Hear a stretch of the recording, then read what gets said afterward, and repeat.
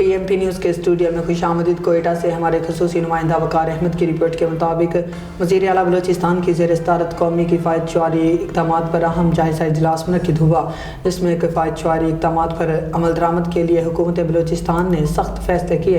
اجلاس میں فیصلہ کیا گیا کہ غیر متعلقہ افراد کے زیر استعمال سرکاری گاڑیوں کی فوری واپسی لی جائے۔ سابق گورنرز، وزرائے اعلیٰ، وزراء، اراکین اسمبلی، افسران اور غیر متعلقہ اہلکاروں سے سرکاری گاڑیاں واپس لینے کی ہدایت بھی جاری کی گئی۔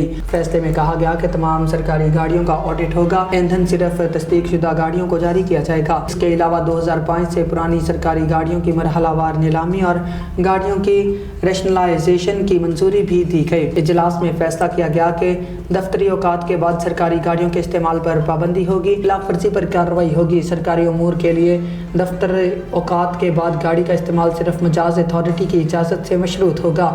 مزید برآں تمام سرکاری گاڑیوں میں ٹریکرز کی تنصیب، بیرون صوبہ لے جانے پر پابندی اور نقل و حرکت کی سخت مانیٹرنگ ہوگی، جبکہ اندرون شہر سرکاری گاڑیوں کی نقل و حرکت سیف سٹی کیمروں کے ذریعے مانیٹر ہوگی۔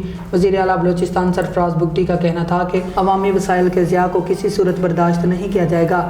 کفایت شعاری اقدامات پر سختی سے عمل درآمد کو یقینی بنایا جائے گا، جبکہ سرکاری گاڑیوں کے خلاف ضابطہ اور غیر ضروری استعمال پر بلا امتیاز کارروائی ہوگی۔